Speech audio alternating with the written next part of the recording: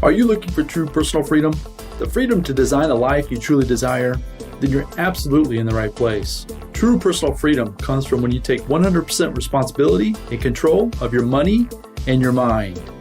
Here you're going to learn ideas, tips, and wisdom that's going to help you bridge the gap from where you are now to your dream life in the future. My name is Randy Wilson, and welcome to the Rich Mind Podcast.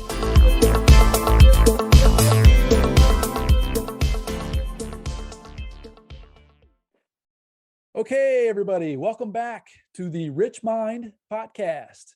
And today I have another super guest. I have on the line with me here, Douglas Orr. Douglas is a successful husband. He is a successful husband or a father of three young kids. We were just having a conversation about his three young ones. He owns the Remax, the brand, as far as in his hometown of Greensburg, Indiana. He owns several doors as far as he's a real estate investor as well, but he's just a superhuman. We were just having a conversation offline before we hit record that I said right before we just did record that, man, yeah, that was gold. So finally we decided to hit record here. We're going to get started and hopefully share a ton of value, a ton of wisdom.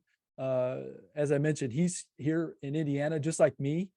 And a lot of times we struggle when we're in these little smaller communities or even the states that might not seem to be doing it as much as the bigger states you might hear out there.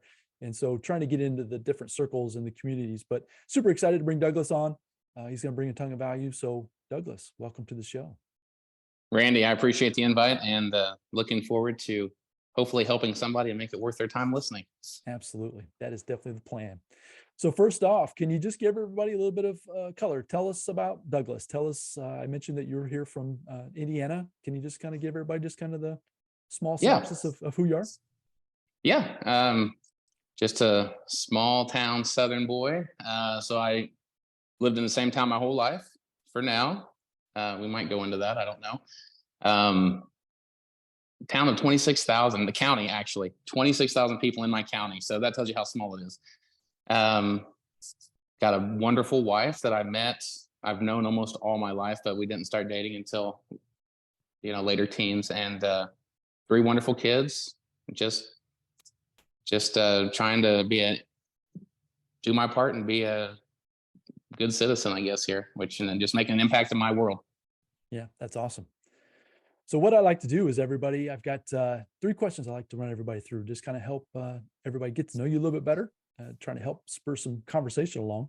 But can you tell us who's had the biggest influence on your life? I would say it would probably be Bob Proctor. I was selling Dish Network as a teenager in high school still, and a lady there had burnt me a CD. These young kids may not know what that is, but or a DVD, I guess. Burnt the DVD, and I watched The Secret. And so then I got exposed and I started going down that rabbit hole. I didn't have a lot of money, but that started working on my mind to realize that there was more to life than just going to work every day and just muddling through. But there you could actually have the life that you wanted. You just kind of have to figure out what that is. Yeah, that's awesome. Bob Proctor, and anybody that's watching this on video, I actually up on my shelf, I've got a Bob Proctor book here, the Paradigm book that he wrote. Yeah, huge fan of Bob Proctor. So that's very good. Yeah, The Secret was definitely, I would say, revolutionary as far as getting information out to folks, right? Yes. People understand that there is a different way to be versus just kind of living life by default, right? Living life by design. And yes. Yeah, he definitely was a big influence on that. So it sounds like it was that way for you as well. Yeah, absolutely. So for me, like in my little world that I was in, everything was like a zero-sum game. So, if I got a bigger piece of the pie, that meant that you got a smaller piece of the pie. When in all actuality, and it can be like that if that's the way you program yourself, but in all actuality, you're bringing more to the pie. You're bringing more ingredients to the table. So you're actually creating more pie.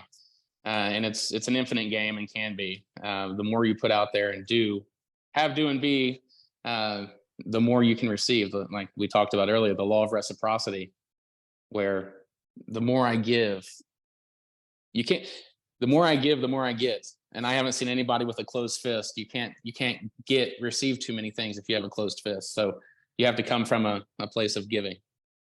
So that's a mindset shift, right? So Huge. if you're not taught that growing up, which I would say that for myself personally, that I was not necessarily taught that growing up. I was always more of a reclusive, always kind of to myself, never really felt like I was at a point where I could give more so that way I could receive, right? But when I discovered that, when I realized that living that way was keeping me in my trap, right? Keeping me in my little bubble, my own little world that I wasn't experiencing life the way I wanted to. And the reason why was because of a lot of the things that you're just saying, as far as that mindset shift. Can you think of a time that when you discovered that, you mentioned about Bob Proctor, as far as anything that you can think of that because of that awareness, you were able to turn some things around for yourself?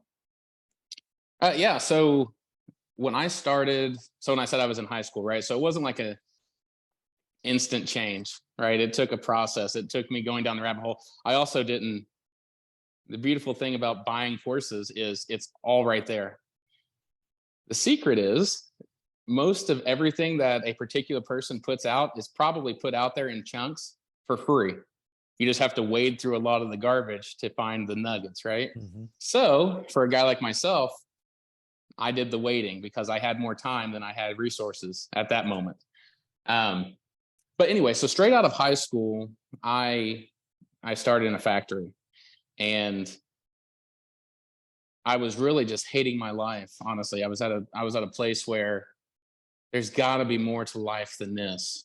You know, that there's more to me than putting parts on a car. I was working for the Honda factory here in town, and it was a fantastic opportunity, and it's still a great job, and it's done great for our community.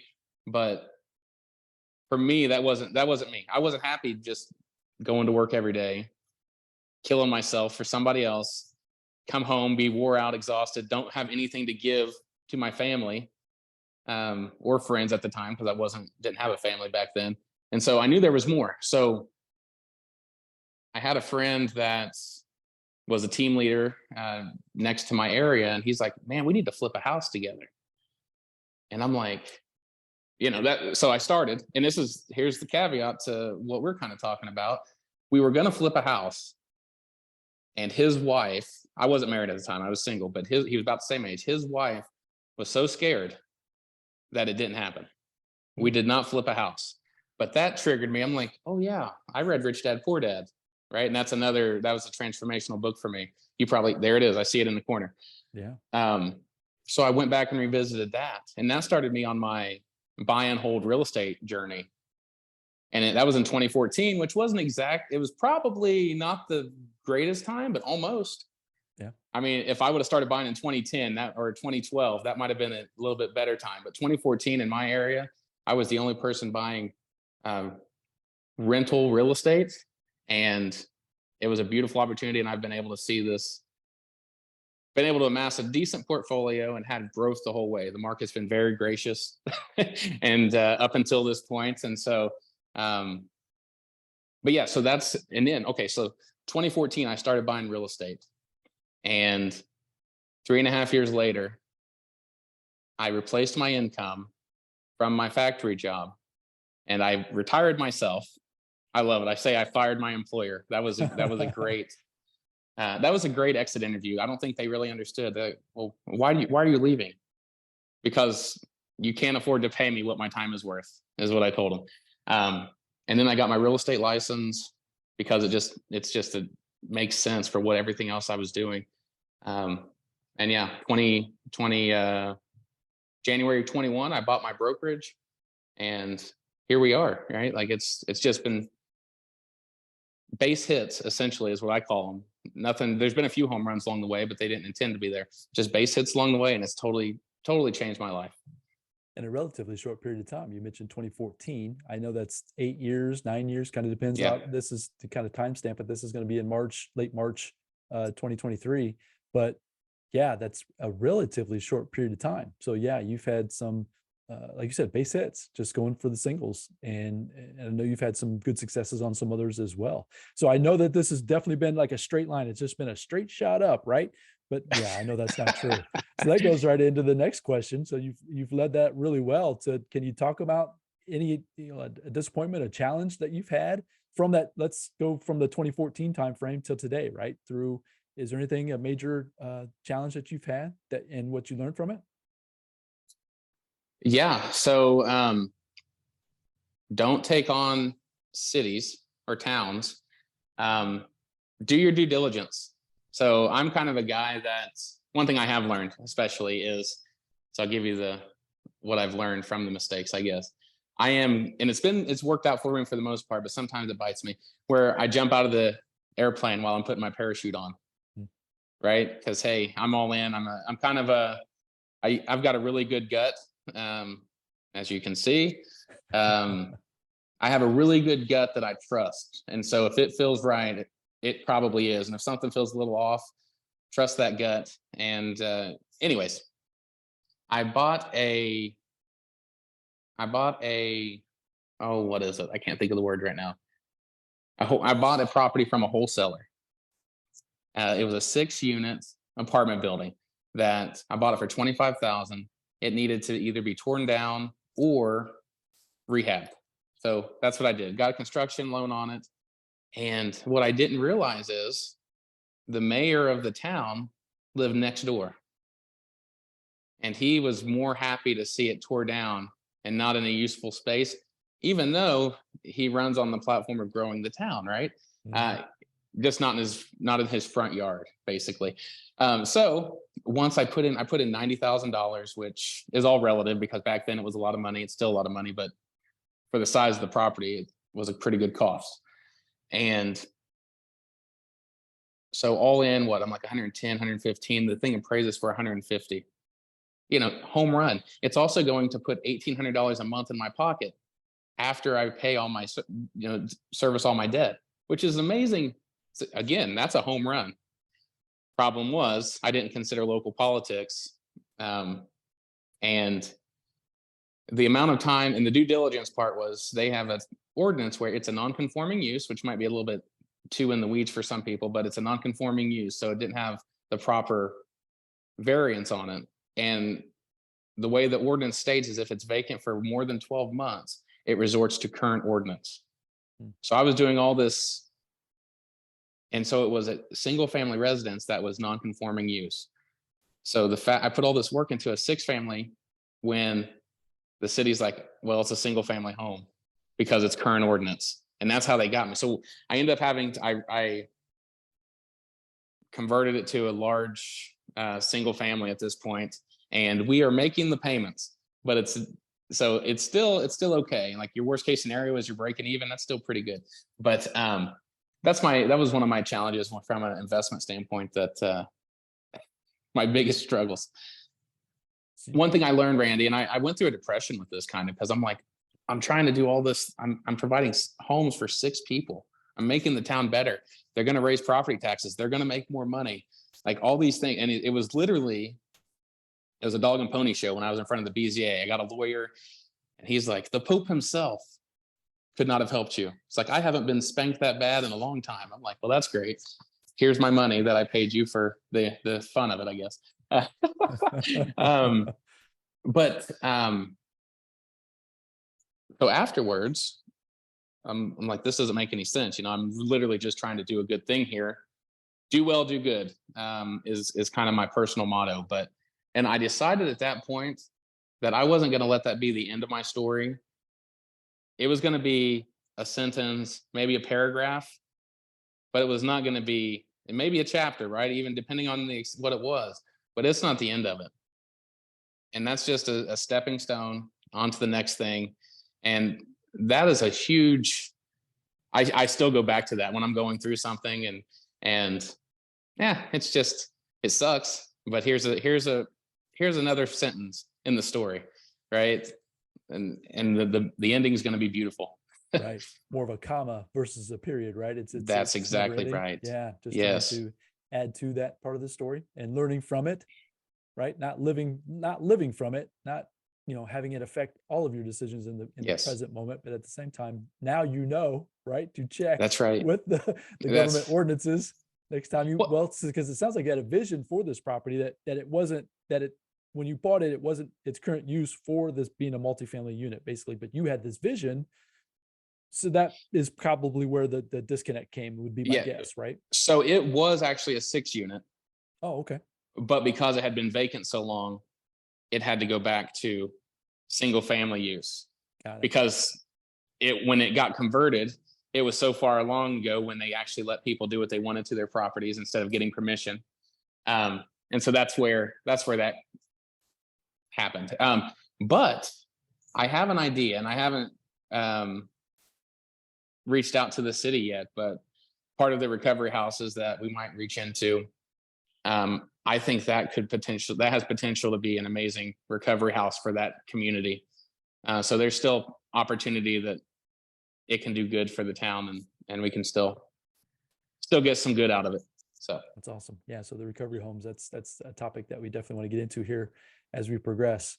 But let's move into the third question. And you've already shared a lot as far as kind of nuggets of wisdom for sure. But can you think, one thing I love to do on the podcast is I try to help the folks that are aspiring to be more, do more, have more, right? But are just struggling to try to figure out the next step, right? The next step, kind of where to go, what to listen to, that kind of thing. Is there anything you can think of? You had mentioned about being back in 2014, getting started yourself. Is there a piece of wisdom that you know now that you wish you would have told yourself back when you were first getting started, when you're reading Bob Proctor, when you're learning more about Rich Dad Poor Dad, and deciding to flip a house? Is there just a nugget of wisdom that you can think of that you wish you would have known back then? yeah, so there's a couple of things. I would first, and I tell this to my kids as often as I can think of it to tell them, even my little 9-month-old, and I tell them, you can do, be, and have anything that you put your mind to. I don't think we give ourselves enough credit or enough credence to the fact that we can manipulate and change for the better. We can create the world that we want. You don't have to be stuck. And that was my biggest shift. That was my paradigm I had to break out of. Right? I mean, my family gave me a work ethic and a good name, and that's about it.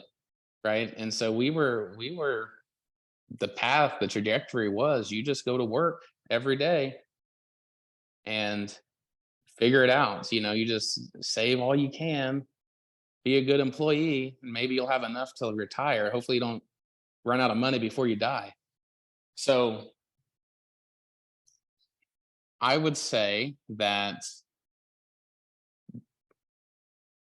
you cannot save your way to wealth. Debt is a tool. It is not evil. Money is not evil. And I look at debt like a knife. So I can use it I can get cut and injured and harm myself from it, or I could use it to cut my dinner and sustain myself. So you have to use the debt to buy cash flowing assets that service the debt and put money in your pocket. That's the only, really, that's the key to freedom. Instead of trading time for dollars, is to getting your money or other people's money to work for you. And that gives you time to connect and network. And that's the next thing I would say is get in front of multiple people, get in front of the right audience, network with like-minded people that can elevate your thinking, not people that are dragging you down. If you're surrounded by people that drag you down, you're in the wrong group and they're happy about it. I'm a firm believer that we should lower the ladder down. Like once we figure out the road to success, lower the ladder down so the next guy can come up. But there's people in your journey, whether it's family or whatever, and that's a lot of times it is very important and key people in your family that they want the best for you, but they just don't have the mindset, or you don't have the same path as them. Easier said than done, but you have to break the shackles and free yourself. Nobody's coming to save you. You have to come and free yourself and save yourself. And it's possible. It is possible. It's difficult. It's not easy all the time, but it is possible. So we both have grown up small town, Indiana. Can you talk about, you brought up maybe the mindset of the folks in our circles at that moment, right? Might not have been what we've become today based on through experiences, through the books we've read, through the conferences we've attended, through the action we've taken, right? So as we continue to grow and become more, we learn that there's a bigger world out there than small town Indiana. And the whole work hard, good name, nose to the grind, save, don't spend too much, invest in your 401k, hope that you have enough. 100%, man. Yeah, I was preached that, and probably still would be preached that if I went back and started to ask for opinions. Can you talk a little bit more about that? How it was probably, kind of the transition from when you discovered that there was this new way, right? You started to read the books, you started to understand that there's a different way. You mentioned about debt being a tool versus being, it can be used for good, it can be used for bad. Were there, you mentioned a few books. Was there any one thing? Was it, or even just a group of things when you started to, you said your gut, you kind of go with your gut and you're quick to take action. Is there anything else as far as trying to break free from this small town, Indiana back or bring up, or, being brought up that way, that's helped you propel to where you are today? So I think I alluded to it a little bit, but definitely getting in the circles, but breaking free and getting into those right places. Like there's masterminds, there are conventions, there are people out there doing the crazy idea that you have in your head that you think is crazy and everybody's telling you that you're silly for even thinking about it. There's people out there doing it and they're doing it good. They're doing it well. And they're probably, they'd be more than willing, especially if you get into those groups, get in the hallways talking to these guys. There's so much that they're willing just to open up and share, open the kimono, as they say, and just freely give. And in return, I think you should freely give as well. Once you figure out some things, you need to help them. People that want to, not everybody wants help. Yeah. I tried to help a family member and offer him a job. He's actually going to be a business partner. And that was the setup. And he sat down, and I can't tell you exactly what he said because it'll tell you who he is in my life. But basically he said, "You're not supposed to be more successful of me because this is how the order of things works. This is who," and I'm like, "That's not what I'm trying to do, man." And so I apologize you took it that way. I'm trying to build something together. And that was hurtful, but you just kind of got to go and do it and find those people, find the community that's willing to listen to those ideas and assist and help. And there's people that want to help you and will align with you and will help you to achieve what you're trying to do. That's been an experience of mine as well. Getting into the rooms, getting into the groups. I didn't, once again, being brought up kind of small minded or not abundance minded, let's put it that way. I thought that the rooms, I wasn't going to be able to be accepted into those rooms. But once I started to attend and participate, right? You can't just show up and be standing in the corner and be yourself. That's not how it works. It's going to be uncomfortable, right? You're going to put yourself in, conversations at the first are not going to be easy. But what I will tell you is that for me, it's been the most eye-opening, joyful experience of just learning, understanding that folks, even though they might have more commas and zeros in their bank account, they're going through the same stuff I am. We all are. And just trying to help each other. The support that you get from these groups, whether it's guys or gals or whatever it is, that to me has been the most rewarding part of this journey so far for me. And it sounds like it was definitely an impact for you as well. Yeah, absolutely. So you have to get rid of your pride. You have to get rid of your ego. You have to be willing to put yourself out there.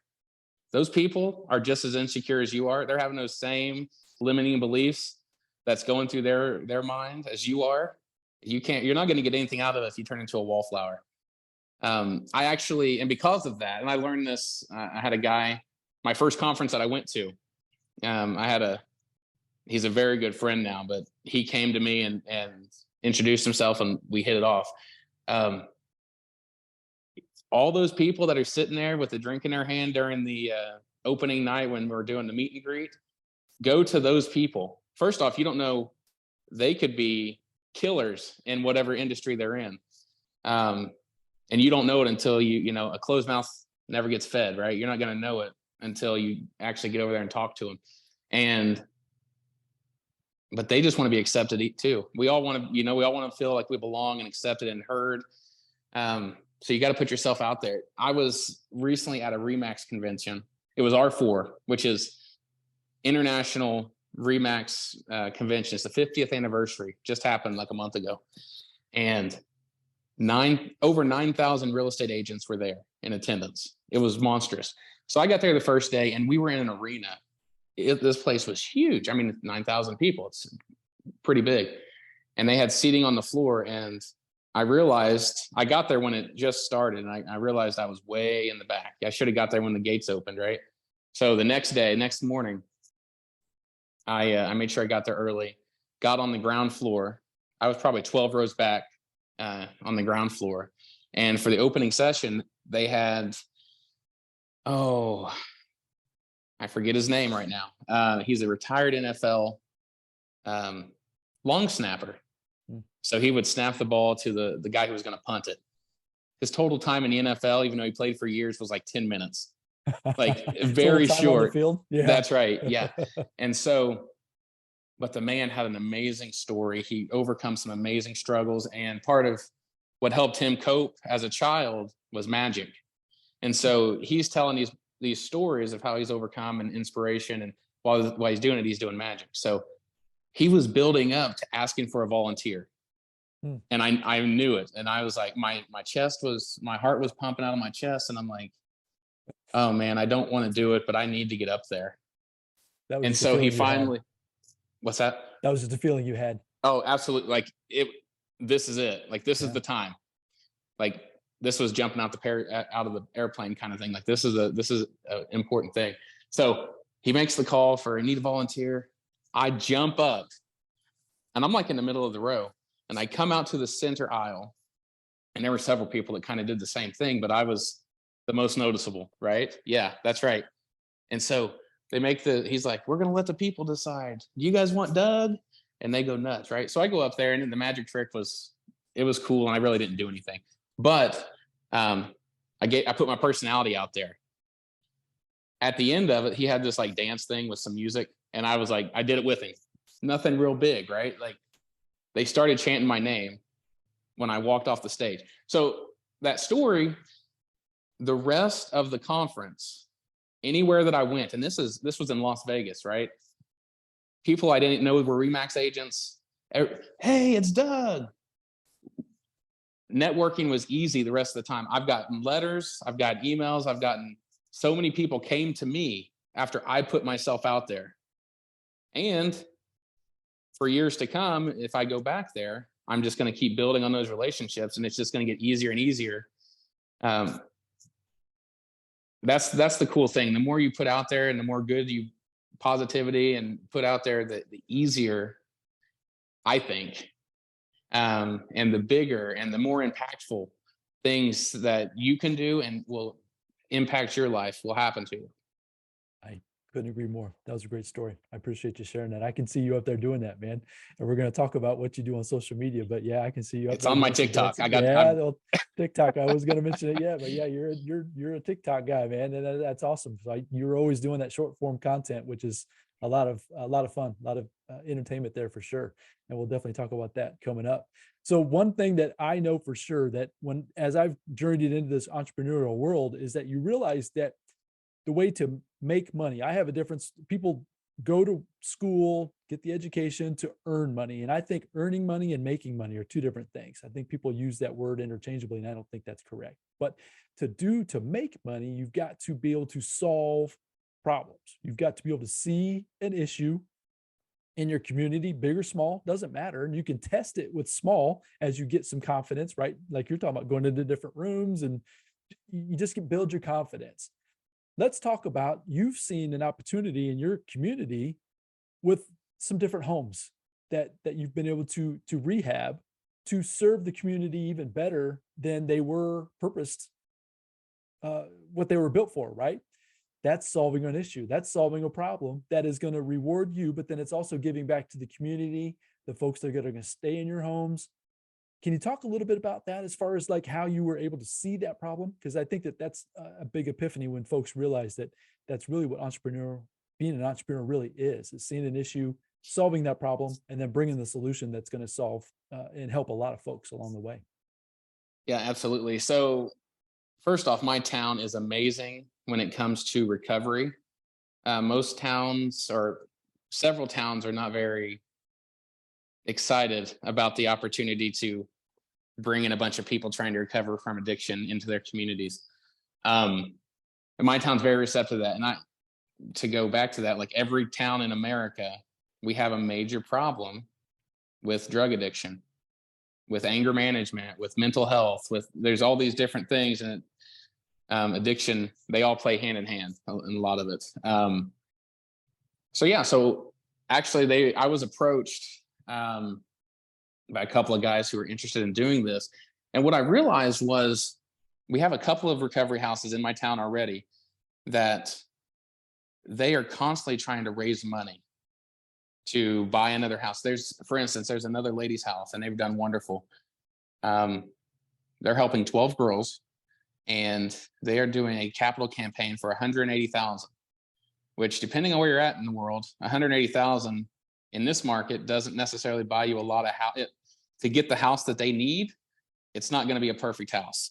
So what I realized is these people are very passionate. These nonprofits are very passionate about helping people change and for the better and overcome their struggles, but they're missing the real estate piece.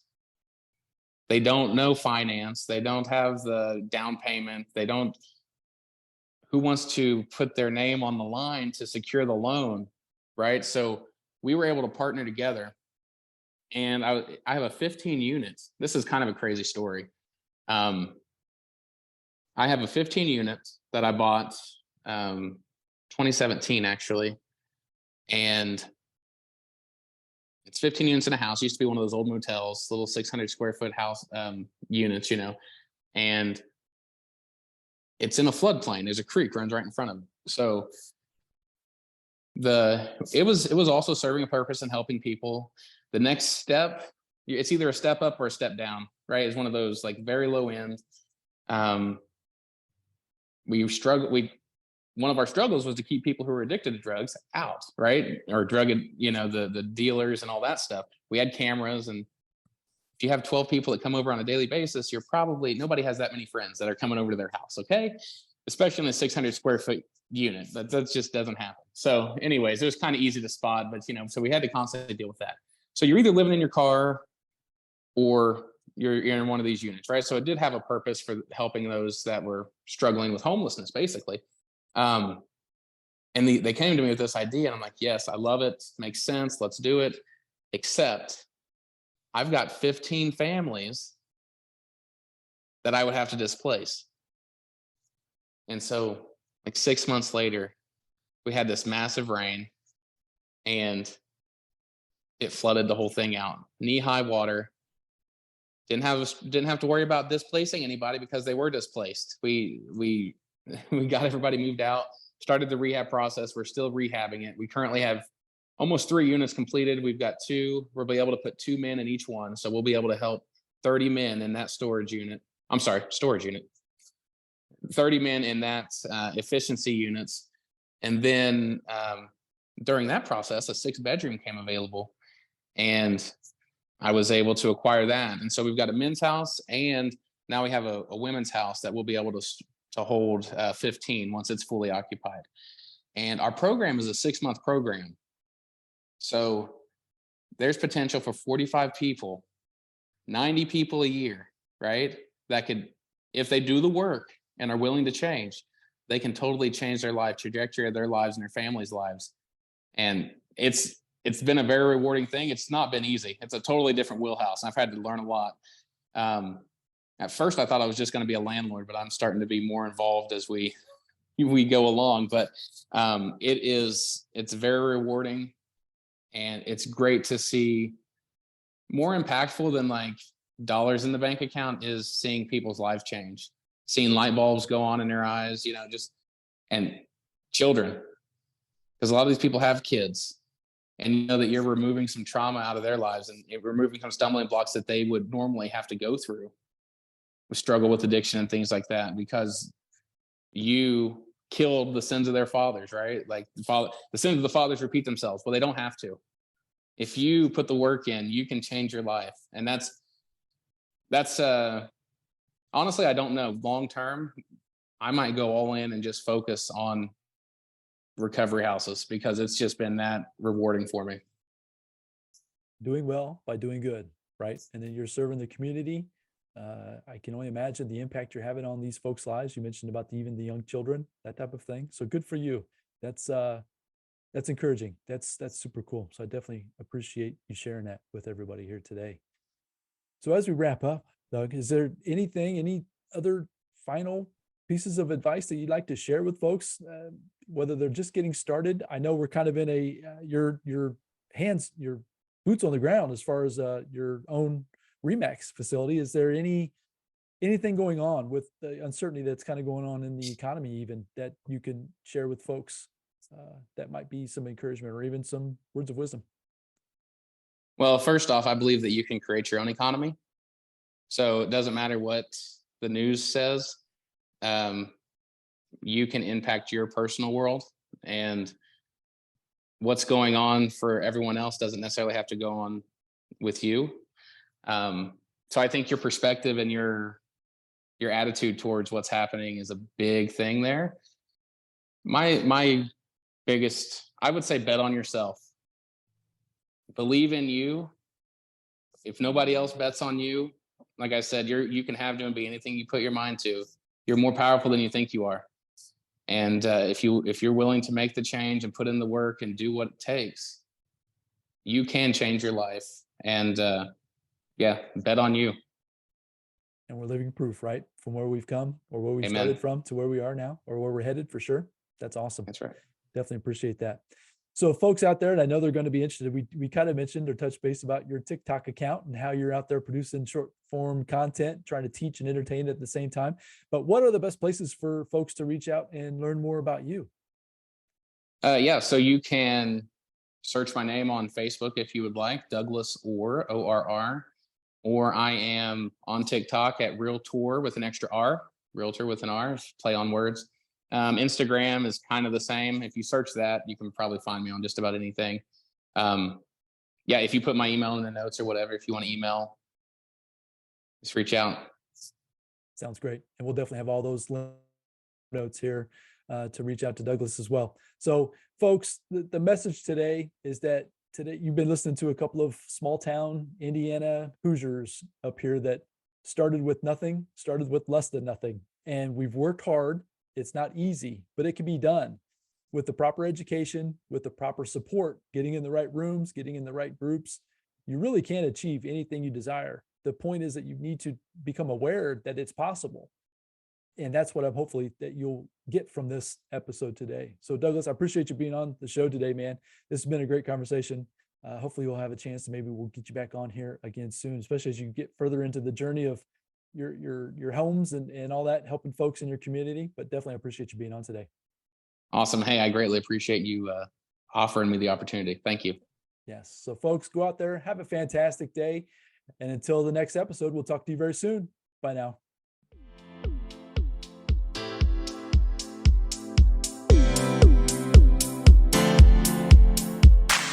Thank you for joining me on the Rich Mind Podcast. I hope you found a ton of value in this episode. If so, I'd really appreciate a 5-star review, and you can also share it with your family and friends. And as my mentor Jim Roden shared with me, in order to have more, you must first become more. And in order to become more, you must work harder on yourself than you do on your job. So go out there today and work harder on yourself to become more and build the life of your dreams. Until next time, my friends.